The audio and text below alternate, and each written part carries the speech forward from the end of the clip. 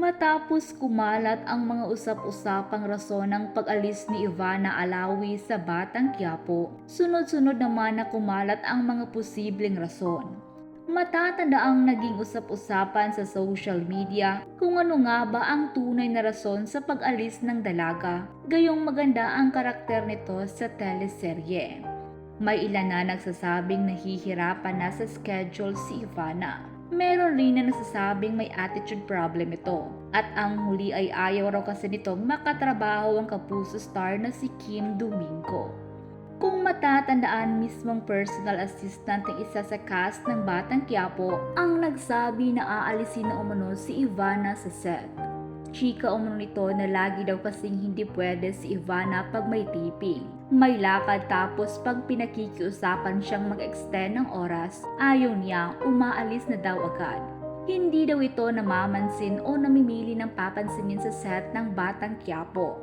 Pag dumarating daw ito ay diretsyo sa tent niya o standby area at laging nakadutdot sa cellphone. Pagtatawagi na para mag-take ay nakasimangot at saka lang kunwari mamamansin kapag magka-eksena na sila ng kung sino man. Ngunit totoo kaya na muntik na ding artihan ni Ivana ang paghiga sa kabaong kapalit ng pag-alis nito sa serye? Ano nga ba ang naging pahayag nito at reaksyon matapos niyang gawin ang kauna-unahang scene nito sa paghiga sa kabaong? Sa pamamaalam nga ni Ivana sa seryeng Batang Quiapo, naglabas ng mensahe ang aktres tungkol sa karanasan niya sa paghiga sa kabaong. Isang netizen ang nagtanong kay Ivana tungkol sa kanyang karanasan sa eksenang iyon.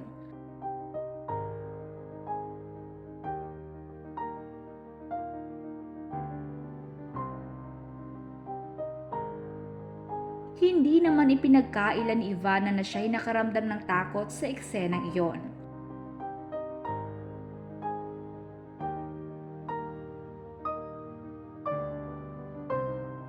Natakot daw ang aktres na si Ivana Alawi sa sina kung saan nasa loob siya mismo ng kabaong.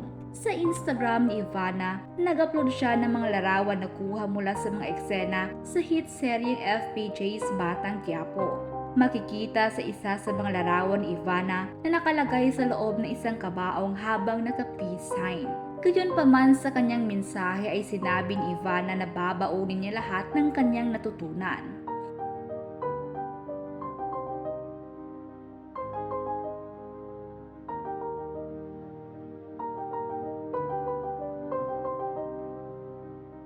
Sa kabila nga ng mga issue na kumakalat tungkol kay Ivana, marami pa ring netizens ang bumilib sa tapang ng aktres at dedikasyon sa kanyang trabaho.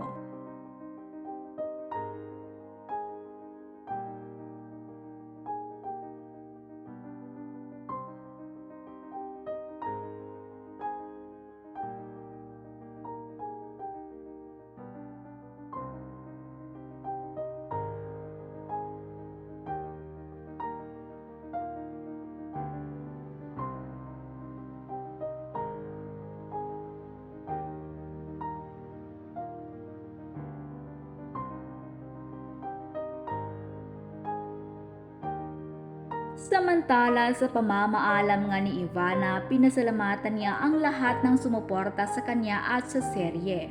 Pinasalamatan niya rin ang Kapamilya Network at si Direk Coco Martin dahil sa pagtitiwala at pag-aalaga na ibinigay sa kanya ng mga ito.